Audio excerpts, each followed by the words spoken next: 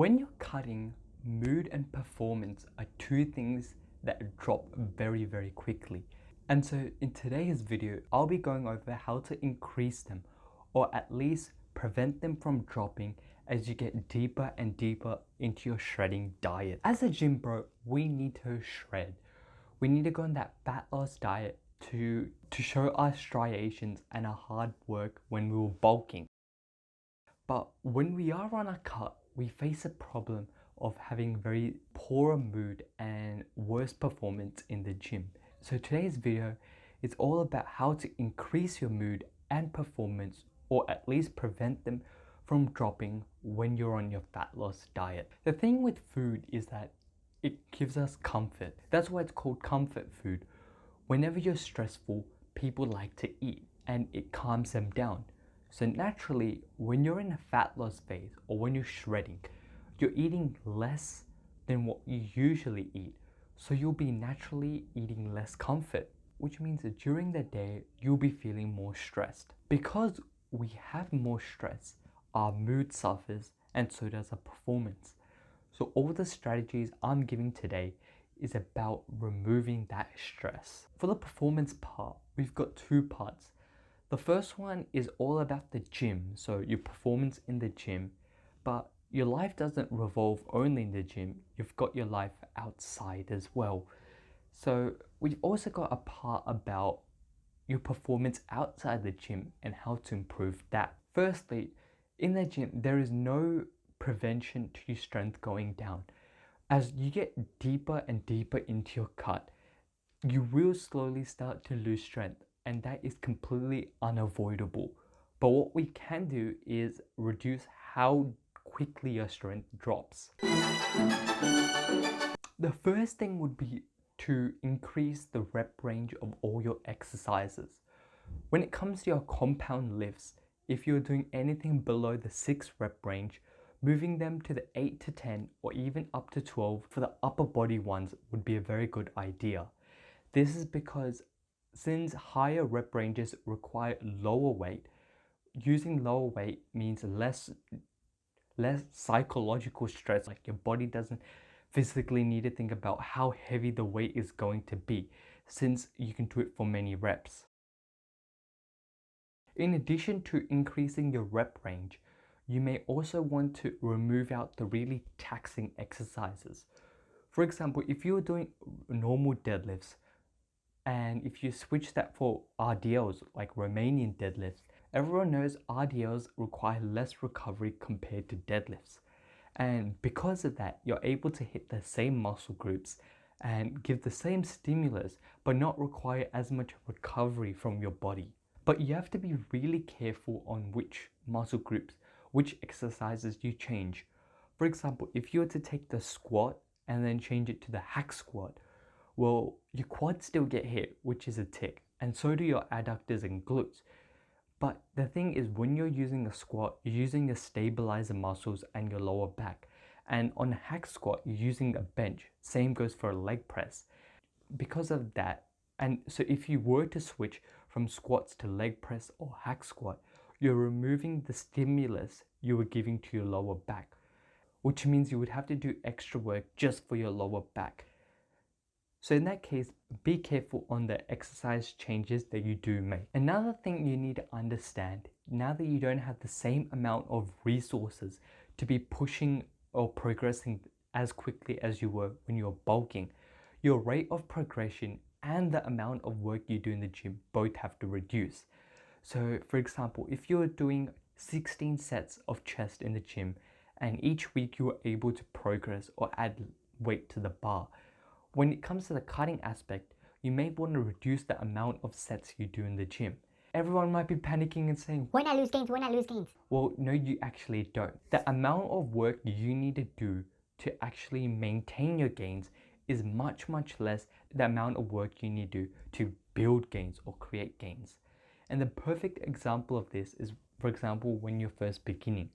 To maintain your chest when you're first starting off in the gym, you would require 0 sets because you've never trained before. But doing any extra volume after that, 1 set, 2 sets, or even 10 sets would build up chest muscle. When you get more advanced, the amount of sets you need to do from 10 increases. So you may need to do 15 or even 20 sets of chest just to see chest growth. But to maintain your chest size from 0, it only increases up possibly to 4 or 8 sets, which is much less compared to the 16 you need to do to grow. With that being said, if you are on your fat loss diet and you're shredding, you may want to bring down the amount of work you do for each chest exercise. May want to reduce it by a couple of sets, and instead of progressing weekly, you may want to progress every fortnightly or every 1.5 weeks. In between each exercise, you also want to increase the amount of time you take to rest. This won't increase the total length of your workout because you're reducing the amount of sets you do, or the net balance will equal to 0.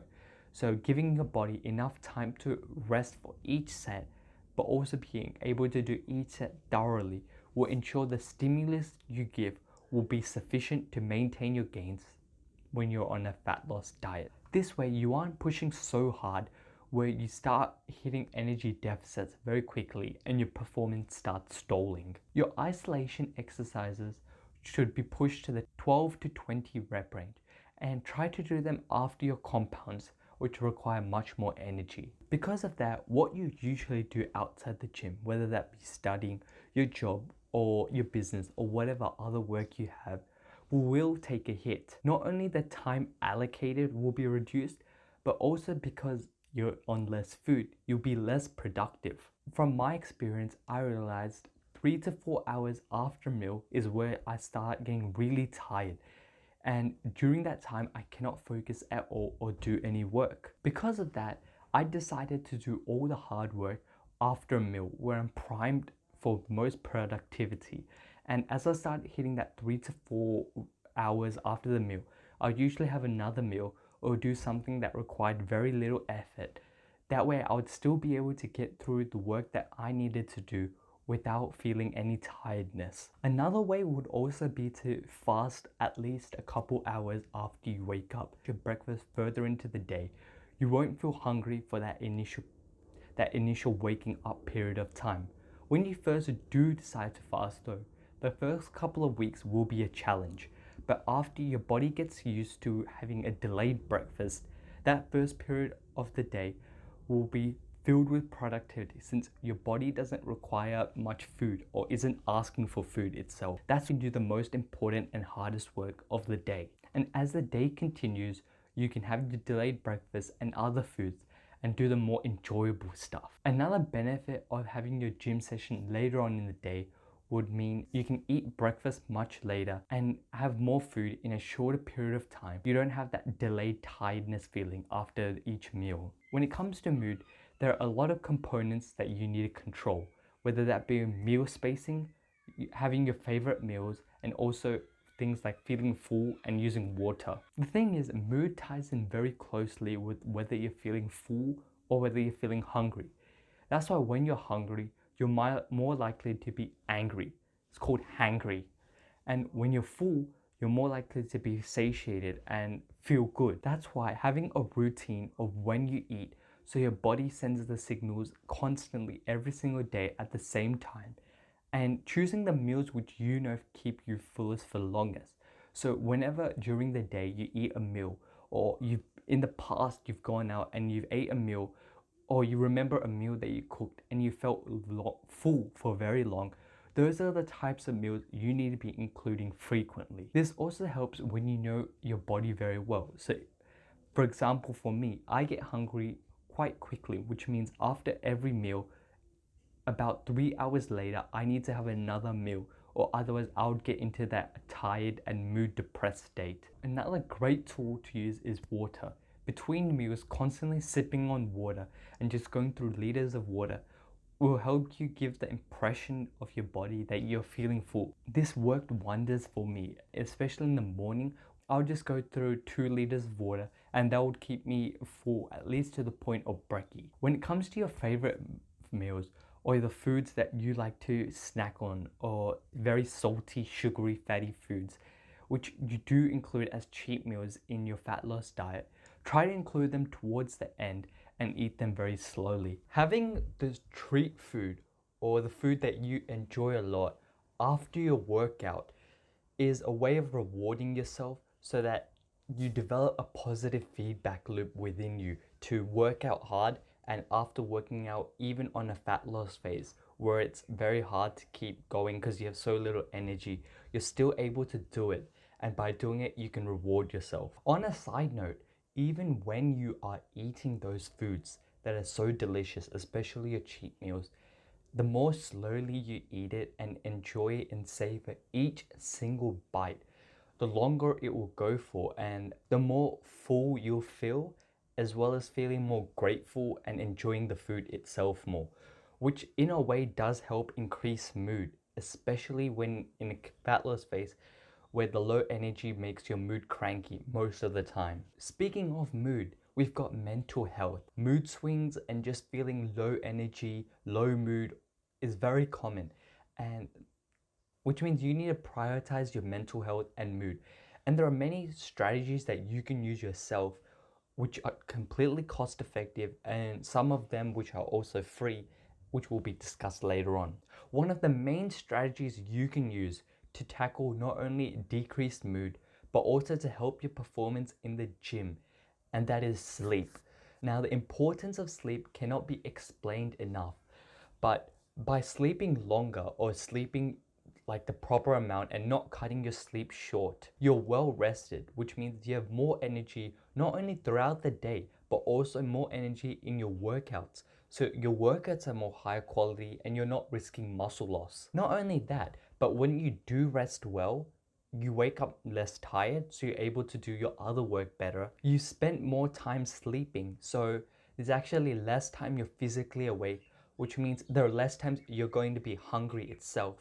And when you do sleep, stress and cortisol hormones actually decrease.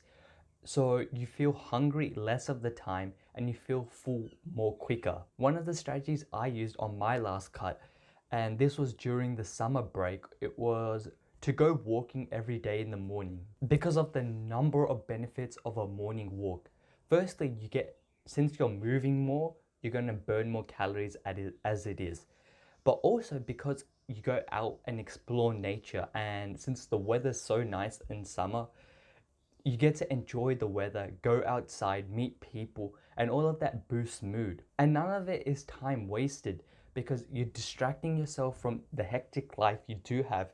You're taking a step forward in your fat loss phase by burning more calories, and you're enjoying it in the process. And walking is one of those ways where you can increase your total daily energy expenditure without actually feeling hungrier. Another big strategy you can do to improve your mood is removing all the cravings and the sweet stuff or whatever you crave out of your house. And in doing so, you don't leave yourself in a miserable state, always testing your willpower whether to see will you cave in. Instead, by simply not having any of those foods in the house, you won't naturally think about the foods, and that way your mood isn't constantly being tested, or your willpower isn't being tested, and you're constantly feeling drained. In order to put this into practice, on the days that you are going to have a cheat meal, plan in advance, like a week advance, and only order for that meal or have just enough or buy just enough where you can have that meal, be satisfied, and then move on back to having no other treats in your house again. Hope you enjoyed this video and see you in the next one. May the gains be with you.